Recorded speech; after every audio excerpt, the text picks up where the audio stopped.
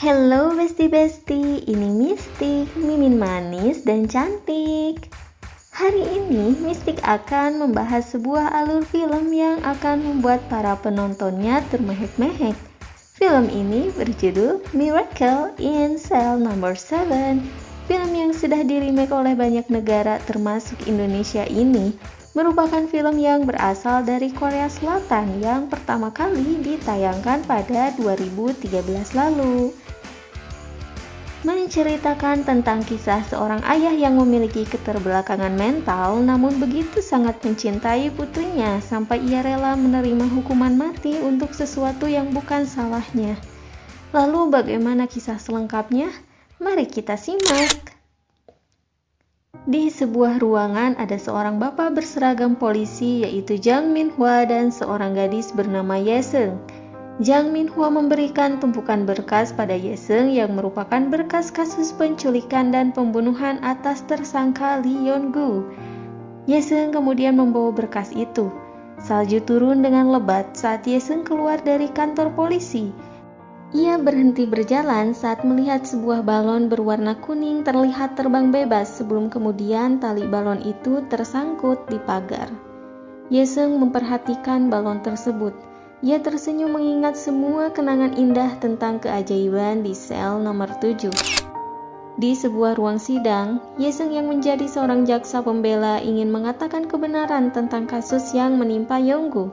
Kali ini ia akan berjuang untuk mendapatkan keadilan bagi Yeon-gu. Ye-seung pun mulai menceritakannya. Beberapa tahun sebelumnya, semua itu bermula saat Ye-seung kecil dan Yeon-gu yang merupakan sang ayah dengan keterbelakangan mental tengah bernyanyi dan menari Sailor Moon di depan TV yang berada di sebuah toko. Ye-seung memandangi sebuah tas kuning bergambar Sailor Moon yang sudah ia idam-idamkan selama ini. Ia sangat menginginkan tas itu untuk sekolahnya nanti. Lalu Yeon-gu mengatakan bahwa besok mereka bisa membeli tas itu karena Yeon-gu akan gajian. Ye-seung begitu senang mendengar itu, tapi tiba-tiba seorang pegawai toko terlihat mengambil tas itu. Ye-seung dan Yeon-gu yang melihat itu langsung bergegas masuk ke dalam toko. Ternyata tas itu sudah dibeli oleh orang lain. Yeon-gu yang merasa bahwa itu tas milik putrinya pun berusaha merebut tas itu dari si anak. Ia mengatakan bahwa tas itu milik Ye-seung. Melihat tingkah aneh Yeon-gu, sang ayah dari si anak itu marah dan menampar Yeon-gu berkali-kali, sebelum akhirnya seorang penjaga toko memisahkan mereka. Keesokan harinya, seperti biasa, Ye-seung mengantar ayahnya ke depan untuk berangkat kerja. Ia memberikan botol minum dan melarang sang ayah untuk minum di air keran lagi. Dengan telaten Ye-seung membenarkan lipatan celana ayahnya sebelum kemudian ayahnya pamit pergi. Saat Yeon-gu sudah berjalan menjauh, Ye-seung mulai menghitung 1-3 dan ayahnya berbalik sambil menari dengan gerakan lucu. Sebelum akhirnya Yeon-gu benar-benar pergi. Ji-young, si anak yang memakai tas Sailor Moon, menghampiri Yeon-gu yang tengah menikmati sebuah roti dan menghitung upah yang ia dapatkan sebagai seorang juru parkir. Ji-young bertanya apa Yeon-gu sudah membeli tas itu. Dia akan mengantarkan Yeon-gu untuk membeli tas itu di toko lain. Yeon-gu yang melihat tas Sailor Moon langsung bangkit dan mengikuti Ji-young. Mereka pergi ke sebuah pasar. Seorang nenek yang tengah berjalan di pasar memergoki Yeon-gu yang tengah membuka resleting dan memberikan nafas buatan pada Ji-young yang sudah terbaring dengan kepala berdarah. Saat Yeon-gu akan meminta bantuan, nenek itu malah pergi berlari dan memanggil orang-orang. Yeon-gu dibawa ke kantor polisi di mana sudah banyak wartawan yang memotret dirinya. Ternyata Ji-young merupakan anak dari seorang komisaris polisi. Yeon-gu duduk dengan tidak tenang. Ia terus mengatakan bahwa ia ingin pamit pulang karena putrinya Ye-seung menunggunya. Tapi polisi terus menahan Yeon-gu bahkan sampai memukulnya. Keesokannya, Ye-seung yang masih menunggu dengan mandiri bergegas berangkat ke sekolah.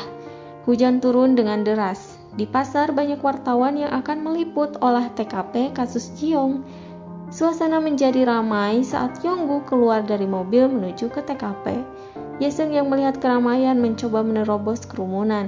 Yeon-gu mereka ulang adegan saat ia membuka celana Ji-young dan memberikan nafas buatan. Tapi kemudian dua orang polisi meminta Yonggu membuka celananya juga. Saat Yonggu menolak, kedua polisi itu mengatakan bahwa Yonggu bisa bertemu Yesung setelah melakukan itu, yang akhirnya dituruti oleh Yonggu. Yesung terus berusaha menerobos kerumunan. Ia melihat sang ayah yang dibawa oleh para polisi. Yesung pun memanggil-manggil, ia berusaha mengejar, namun ditahan oleh polisi lainnya. Sampai akhirnya Yonggu kembali dibawa masuk ke dalam mobil. Di penjara, Yonggu yang tengah bertemu dengan kepala penjara bernama Jang Min-hwa melihat telepon di meja. Dengan segera ia berjalan ke sana dan mengambil telepon itu berniat untuk mengabari Yesung sebelum polisi menahannya. Yonggu tetap berusaha ingin menelpon Yesung. Jang Min-hwa yang melihat itu langsung merebut telepon dan memukuli Yonggu dengan gagang telepon. Yonggu dimasukkan ke dalam penjara nomor 7, bergabung dengan 5 tahanan lainnya. Yonggu pun memperkenalkan diri pada tahanan lain. Ia bercerita tentang masa kecilnya juga membuat tahanan lain menyadari keanehan pada diri Yonggu. Yan-ho meminta Chun-ho untuk membacakan catatan pidana Yonggu. Mereka semua memukuli Yonggu saat tahu kasus apa yang membuat dia di penjara. Tapi kemudian keadaan menjadi hening saat Chun-ho membacakan hukuman yang diberikan pada Yonggu. Saat kegiatan di lapangan, ada seorang tahanan lain yang berniat mencelakai Yang-ho karena sudah berani merebut bisnisnya di penjara. Yonggu yang melihat itu langsung berlari dan menyelamatkan Yang-ho, sehingga ialah yang terluka. Yang-ho yang merasa berhutang budi meminta Yonggu menyebutkan keinginannya untuk dikabulkan. Lalu Yonggu pun mengatakan bahwa ia ingin bertemu Yesung, putrinya. Di acara pentas keagamaan, Yesung yang sekarang tinggal di panti asuhan terlihat ikut di rombongan paduan suara dengan ketiga anak lainnya. Sebelum Man-bum berhasil menculik Yesung di atas panggung dan memasukkannya ke dalam kardus untuk ia bawa secara diam-diam ke dalam tahanan. Setibanya di dalam tahanan, Yonggu yang melihat Yesung langsung berseru senang dan menangis. Mereka berdua melepas rindu. Bongsik yang melihat itu tidak setuju dengan kedatangan Yesung dan berniat melaporkannya pada penjaga. Dia memanggil penjaga, namun tak jadi melaporkan saat tiba-tiba Yesung terduduk di bawah kakinya sambil memohon. Melihat itu, Bongsik mengurungkan niatnya. Setengah jam kemudian, Man-bum terlihat sedang bersih-bersih saat tiba-tiba dia mendengar bahwa rombongan yang membawa Yesung akan segera pergi dikarenakan pendeta mereka yang tiba-tiba jatuh sakit. Man-bum yang mendengar hal itu panik dan langsung berlari menuju tahanan, berniat membawa Yesung segera keluar dari sana sebelum bisnya berangkat. Yesung kembali dimasukkan ke dalam kardus dan dibawa keluar. Tapi saat tiba di depan gerbang, bis itu sudah melaju. Akhirnya mau tidak mau Yesung kembali dibawa ke tahanan. Yesung dan Yonggu kembali menghabiskan waktunya di penjara. Chun-ho dan kawan-kawan yang sedang bersih-bersih membuat rencana untuk mengembalikan Yesung 2 hari kemudian saat diberlangsungkannya acara keagamaan. Malam pun tiba. Sebelum tidur, Yesung meminta maaf kepada ayahnya karena ia meminta tas Sailor Moon Yonggu harus dipenjara. Yesung terlihat senang saat melihat sebuah gambar bulan dan bintang di atap penjara. Karena mendengar suara Yesung, penjaga curiga. Ia pun bergegas memeriksa sel nomor 7. Man-bum yang mendengar suara langkah kaki pun terbangun dan bergegas mengecek menggunakan cermin. Dia membangunkan yang lain dan keadaan berubah panik. Penjaga mendatangi sel nomor 7 dan bertanya ada apa karena tadi ia mendengar ada suara anak kecil di dalam. Dengan curiga dia memperhatikan setiap sudut ruangan, tapi Man-bum berhasil mengelabui penjaga tersebut dengan menirukan suara perempuan, membuat penjaga itu pergi. 2 hari kemudian, Yang-ho membawa Yesung keluar dari tahanan. Yesung kembali dimasukkan ke dalam sebuah box yang kemudian dibawa ke tempat pentas keagamaan berlangsung. Setibanya di sana, Yesung segera berlari ke arah panggung. Namun betapa kagetnya dia saat melihat para biarawanlah yang sedang berada di panggung. Dan dengan terpaksa, Yang-ho kembali membawa Yesung ke dalam tahanan. Sedangkan di sebuah ruangan, Ketua Jang Min-hwa sedang melihat-lihat foto acara keagamaan. Ia memperhatikan foto yang ada Yesung di dalamnya dan terlihat mencurigai sesuatu. Sedangkan di dalam tahanan, Bongsik uring-uringan karena takut ketahuan. Mereka mendengar suara gerbang yang terbuka dan waspada. Di luar penjaga mengendap-endap mengintip ke sel nomor 7. Rupanya dia masih curiga. Dia memperhatikan setiap sudut ruangan, kemudian menunduk untuk mengecek dari celah di bawah gerbang. Bang-sik dan Chun-ho dengan gesit segera mengangkat tubuh Ye-seung ke atas, sehingga penjaga tak bisa menemukan Ye-seung. Tapi tiba-tiba saja kepala Jang Min-hwa datang dan melihat Ye-seung. Karena kejadian itu, Yong-gu dimasukkan ke penjara pengasingan dengan seluruh tubuh yang terikat. Di dalam pengasingan ia terus memanggil-manggil nama sang putri. Ketika sedang tertidur, tiba-tiba Yong-gu mencium bau asap yang ternyata disebabkan oleh tahanan yang mencoba membakar selnya sendiri. Keadaan menjadi panik. Kepala Jang Min-hwa mencoba menenangkan tahanan tersebut, tapi tahanan itu malah makin mengamuk dan api semakin membesar. Sedangkan para polisi sibuk mengeluarkan para tahanan dari penjara termasuk Yong-gu. Kepala Jang terlihat kewalahan menghadapi tahanan yang mengamuk itu dan nekat menerobos masuk ke dalam sel yang terbakar. Sedangkan di luar, Yong-gu yang melihat itu langsung panik meminta tolong kepada setiap orang dan mengatakan bahwa ada orang di dalam sel yang terbakar. Namun mereka semua mengabaikannya. Akhirnya dengan berani Yong-gu menerobos masuk dan menyelamatkan kepala Jang. Keesokan harinya kepala Jang yang sedang terbaring di rumah sakit melihat ke arah samping di mana ada Yong-gu juga yang sedang dirawat. Setelah mengetahui bahwa dialah yang menyelamatkannya, kepala Jang mulai sedikit ragu dengan kasus yang menimpa Yong-gu. Ye-seung masuk kembali ke sekolah, namun kali ini ia datang terlambat. Bu guru menegur Ye-seung dan Ye-seung meminta bu guru untuk melakukan konsultasi orang tua saja dengan ayahnya. Sang guru pun menuruti, namun tak menyangka jika tempat yang dimaksud Ye-seung adalah gedung tahanan.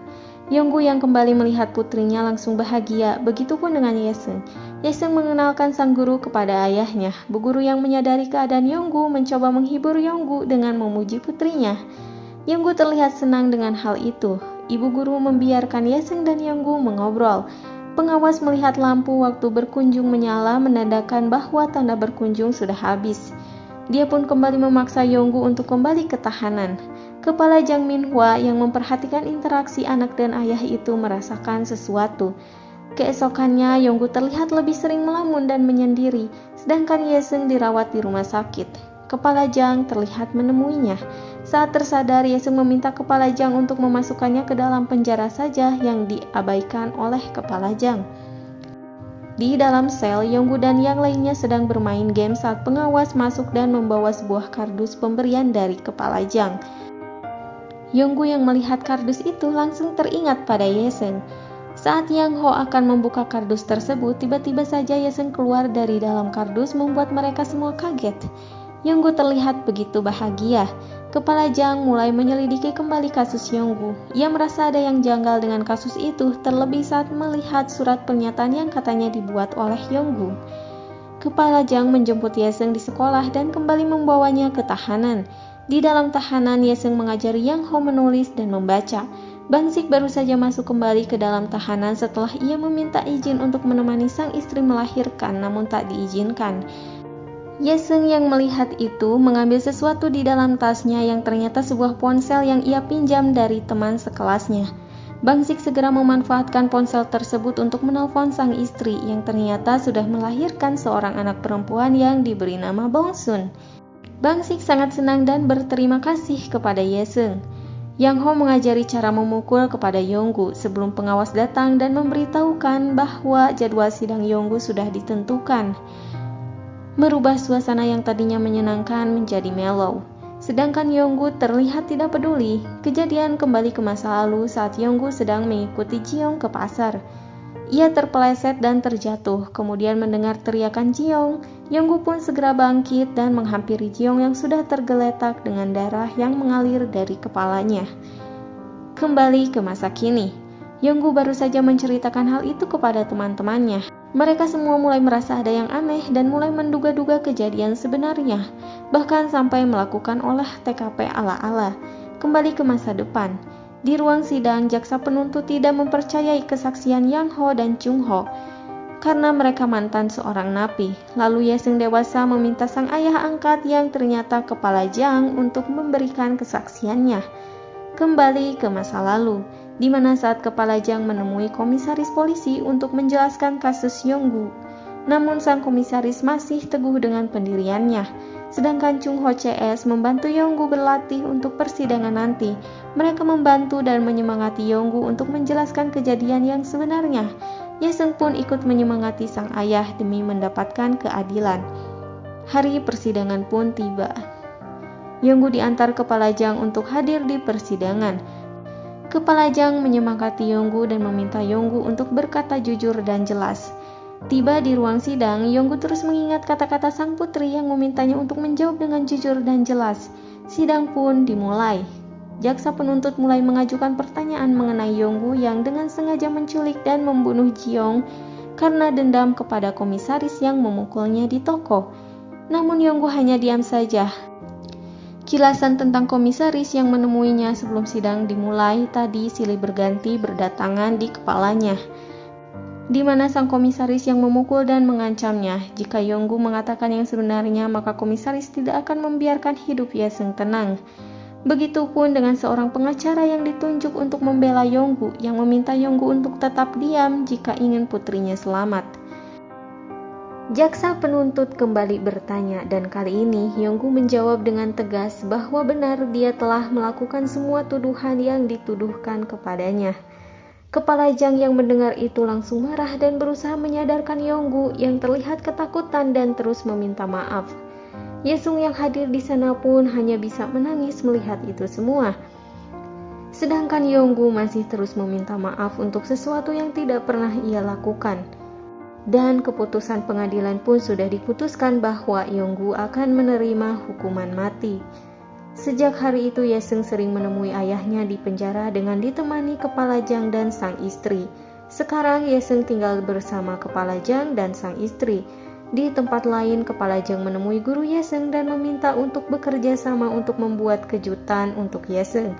Di dalam tahanan, Yonggu terlihat lebih sering menyendiri. Semua teman-temannya yang melihat itu merencanakan sesuatu untuk membuat kejutan pada Yonggu. Mereka pun mulai menyiapkan segalanya saling bergotong royong. Tiba saatnya pementasan. Yesung bernyanyi dengan paduan suara lainnya. Semua anak paduan suara menuruni panggung. Yesung menghampiri sang ayah dan menggandeng tangannya. Mereka berjalan menuju keluar lapangan. Saat pintu terbuka, ada sebuah balon udara besar. Yang Ho CS memasukkan Yesung dan Yonggu ke dalam balon itu dan menerbangkannya. Yesung dan Yonggu terlihat begitu bahagia. Sesekali mereka melambaikan tangan pada orang-orang yang terlihat kecil di bawah sana. Sedangkan di lapangan, polisi mulai panik saat melihat balon itu terbang semakin jauh. Mereka berusaha menarik kembali balon itu, namun ditahan oleh para tahanan lainnya. Yesung dan Yonggu masih terlihat senang di atas balon, tapi kemudian tali balon itu tersangkut dan terhenti. Keadaan di lapangan menjadi hening, sedangkan Yesung dan Yonggu hanya tersenyum sambil menatap langit. 23 Desember. Yesung berulang tahun. Ia merayakan ulang tahunnya di sel bersama sang ayah dan teman-temannya. Mereka memberikan kado pada Yesung, begitupun Yonggu yang akhirnya memberikan Yesung hadiah sebuah tas Sailor Moon berwarna kuning yang begitu Yesung inginkan. Yesung sangat bahagia. Ia berterima kasih kepada sang ayah. Yesung juga mengatakan bahwa ia bahagia terlahir sebagai putri Lee Yonggu. Mereka semua terharu. Semua teman-teman Yonggu mencoreti baju Yonggu sebelum akhirnya Yonggu dan Yesung pamit dari sel nomor 7 itu. Yesung dan Yonggu berjalan melewati tahanan dengan bergandengan tangan diikuti oleh Kepala Jang dan pengawas. Tiba di sebuah gerbang, Yonggu menangis dan memeluk Yesung, mengatakan bahwa sekarang Yesung harus mandiri, dan Yesung pun mengatakan bahwa ia akan rajin belajar dan tumbuh menjadi anak hebat, supaya ia bisa sering menemui Yonggu. Yonggu memeluk Yesung sekali lagi sebelum akhirnya ia masuk ke dalam gerbang itu dan mulai berjalan. Yesung terus melihat sang ayah. Saat Yonggu menghilang di belokan, Yesung mulai menghitung 1-3, namun kali ini Yonggu tak berbalik dan kembali lagi. Kembali ke masa depan. Di mana Yesung dewasa sekarang sudah menjadi jaksa untuk membela dan mencari keadilan untuk sang ayah. Kali ini ia berhasil memberikan keadilan itu pada sang ayah Lee Yonggu. Hakim memutuskan Lee Yonggu tidak bersalah. Yesung menangis haru, begitupun dengan teman-teman Lee Yonggu dulu.